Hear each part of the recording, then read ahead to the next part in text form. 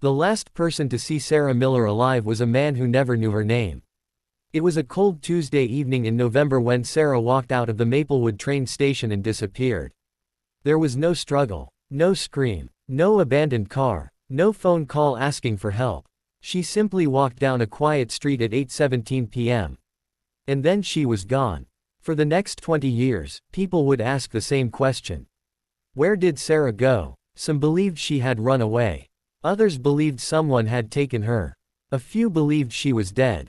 But one person never accepted any of those explanations. Her younger brother, Daniel. Because Daniel knew something nobody else did. Sarah had been planning to come home the next morning. She had no reason to disappear. Sarah was 32 years old when she vanished. She worked as a librarian in a small town where everyone seemed to know everyone. She lived alone in a modest apartment above an old bakery. She wasn't famous. She wasn't wealthy. She wasn't involved with dangerous people. To everyone around her, Sarah was simply a quiet woman who loved books, morning coffee, and long walks after work. But Daniel knew his sister better than anyone.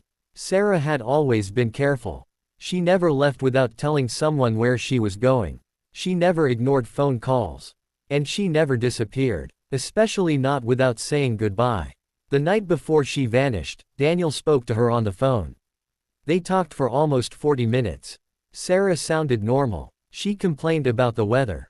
She laughed about their mother's habit of calling 3 times if nobody answered the first time. Then Daniel asked her about the weekend. Are you still coming Sunday? Sarah said yes. I wouldn't miss Mom's birthday. Promise. I promise. That was the last conversation Daniel ever had with his sister. The next morning, Sarah didn't show up for work. Her manager called her apartment. No answer. By noon, Daniel received the call. He immediately drove to Maplewood. Sarah's apartment looked completely normal. Her bed was made. Her purse was on the kitchen counter. Her passport was inside a drawer. Her wallet was still there. Even the groceries she had bought the previous evening were in the refrigerator. But Sarah was gone. Daniel searched the apartment again and again. He found her coat missing. Her old black boots were missing. And so was her small silver necklace. Everything else was exactly where she had left it. The police initially treated it as a missing person case. They searched the town. They checked hospitals. They contacted friends and coworkers. They examined security cameras. And then they found something strange. A camera outside a convenience store had captured Sarah at 8:12 p.m. She was walking alone. She stopped beneath a streetlight. She looked at her phone. Then she looked behind her. For several seconds, she simply stood there. Then she continued walking. 5 minutes later, another camera captured her crossing Maplewood Avenue. After that, there was nothing. No footage. No witnesses. No trace. Daniel couldn't understand it. Where was she going? The police didn't know. Who was she meeting? They had no answer. Why would she leave everything behind? Again, nothing. Weeks passed. Then months. The case slowly disappeared from the news. People moved on. Daniel didn't. He printed hundreds of missing person posters. He visited towns across the state. He called shelters, hospitals, police departments. Every few months, he received a message from someone claiming they had seen Sarah. Every time, Daniel followed the lead. Every time, it was a stranger. Every time, it ended in disappointment. After 2 years, even, the police told him there was little more they could do. Daniel refused to accept that. He began studying Sarah's disappearance himself. He collected every photograph, every phone record, every email, every old message. He created a timeline of her final week. And eventually, he noticed something. 3 days before Sarah disappeared, she had withdrawn $200 from her bank account. That wasn't unusual. But the transaction happened at a bank nearly 40 miles away. Daniel stared at the statement. Why would Sarah drive 40 miles just to withdraw $200? He called the bank. They couldn't give him much information. But they told him something that changed everything. Sarah had spoken with a bank employee that day. The employee remembered her because she had asked for a specific safety deposit box. Daniel's heart started racing. Sarah had never told him about a safety deposit box. The bank required legal documentation before giving him access. Months later, Daniel finally opened it. Inside was a small envelope.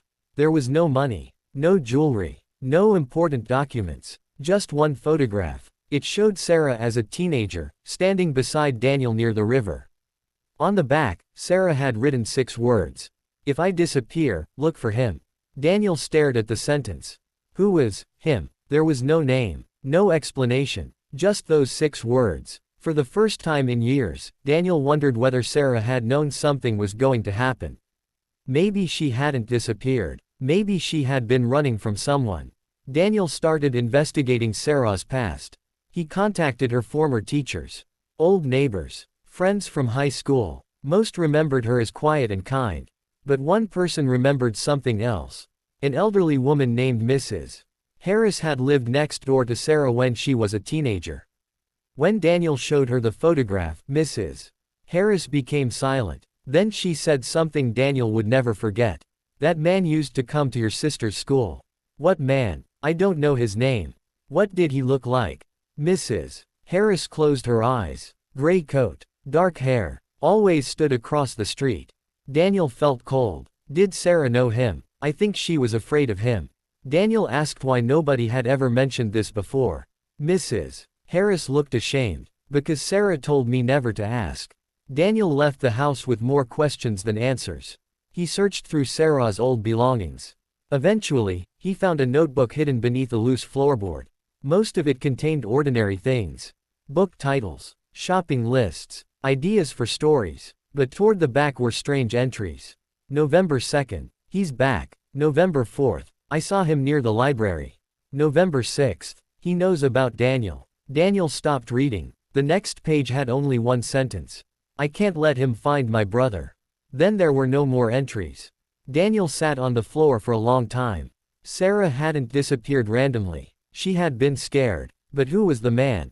Daniel took the notebook to the police. They reopened the case. Detectives searched old records. They discovered that another woman had disappeared from the same town 24 years earlier. Her name was Laura Bennett. She had also been 32. She had also disappeared in November. And she had also been seen near Maplewood Station. The similarities were disturbing. But there was one more connection. Laura had worked at the same library where Sarah later worked. Daniel felt as if he were looking at pieces of a puzzle that had been scattered for decades. The police began investigating. They found that both women had reported being followed shortly before disappearing. But there was no evidence connecting the cases, until an old detective came forward. His name was Thomas Reed. He had worked Laura's case in the 1990s. When he saw Sarah's photograph, his expression changed. I've seen this woman before. Daniel leaned forward. Where? Not her. The man. Thomas opened an old case file. Inside was a photograph. A blurry image taken outside Laura's apartment 24 years earlier. A man stood in the background.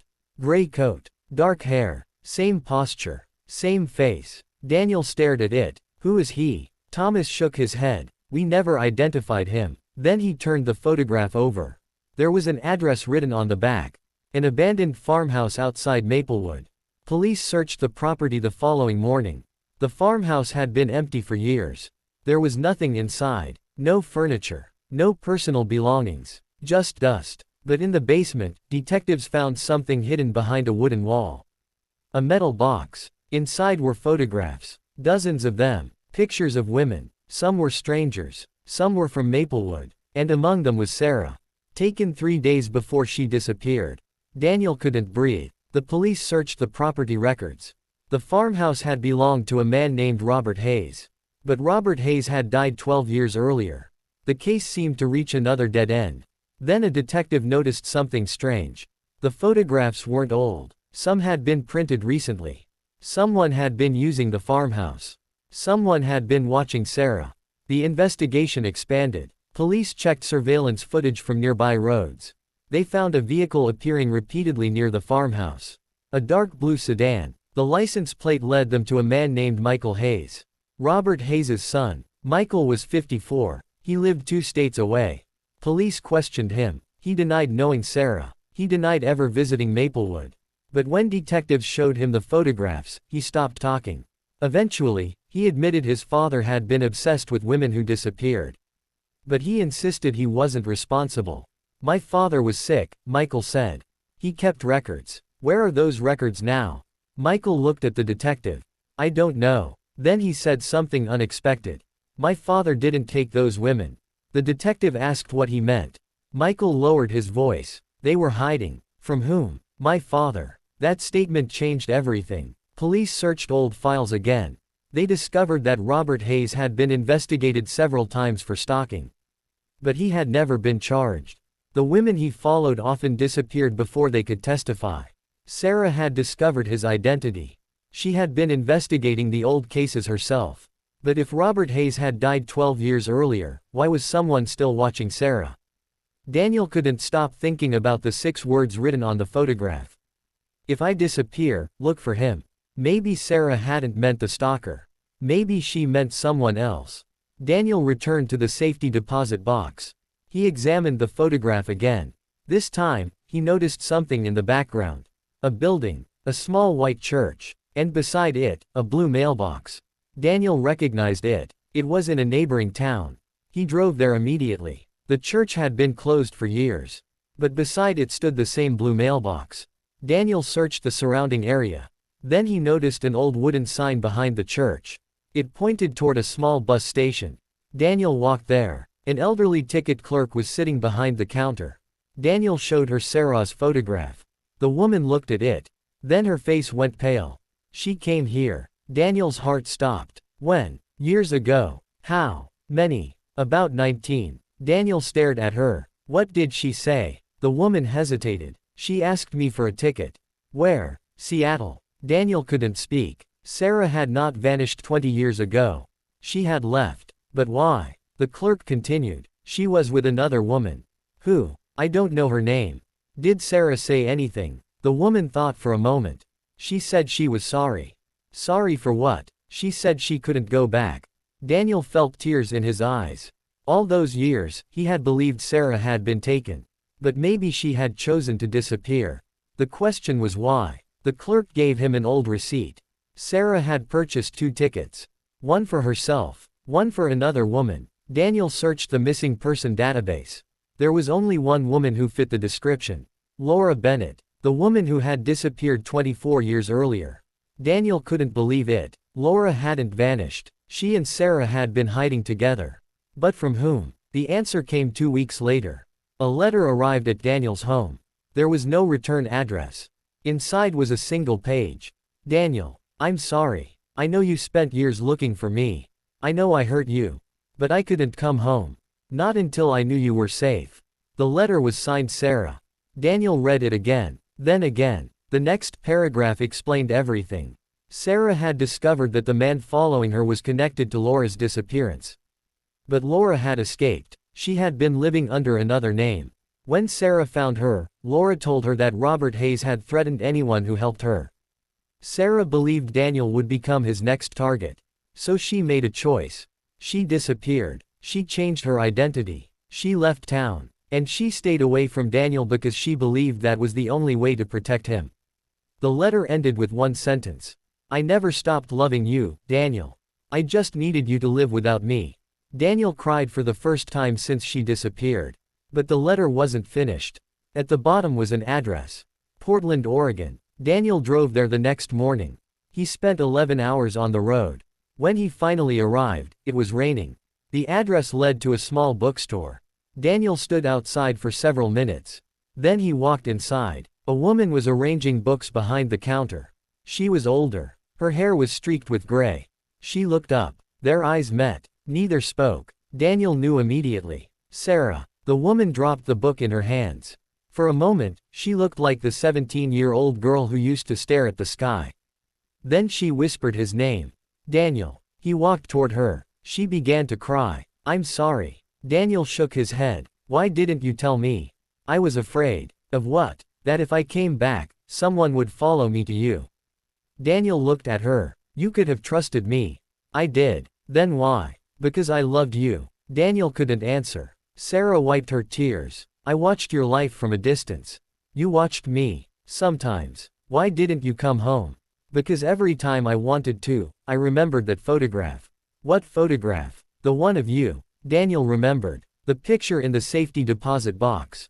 Sarah had kept it all those years. She had been watching from afar. Not because she didn't care. Because she cared too much. Daniel sat down. They talked for hours. There were questions, anger, tears, and eventually forgiveness. Daniel never got those 20 years back. Neither did Sarah. But they finally had something they hadn't had before. The truth. Sarah eventually returned to Maplewood. She reopened the old library. Daniel visited her every Sunday. They didn't pretend the missing years hadn't happened. They talked about them. They remembered them. And slowly, the pain became something they could carry. Years later, Daniel was asked whether he regretted searching for Sarah for so long. He smiled. No, even when you thought she was dead. Especially then. Why? Daniel looked toward the library window. Because when someone disappears, people think the story ends. Sometimes it doesn't. Sometimes the person you are searching for is still out there. Still living. Still remembering. Still hoping that one day, someone will understand why they had to leave. Sarah disappeared without a trace. For 20 years, nobody knew where she was. But the truth was more complicated than a mystery. She hadn't disappeared because she stopped caring. She disappeared because she believed disappearing was the only way to protect the person she loved. And sometimes, the hardest thing a person can do is walk away from someone they love. Not because they want to leave, but because they believe staying would put them in danger. Sarah spent 20 years living with the consequences of that decision. Daniel spent 20 years searching for answers. And when they finally found each other again, they discovered something neither had expected. The years had changed them. But they had not erased the bond that had connected them. Some people disappear from our lives. Some return. And some leave behind a question that stays with us forever. Where did she go? For Daniel, the answer was simple. She had been running from the darkness. But she had never been running from him. She had been running toward the day when she could finally come home.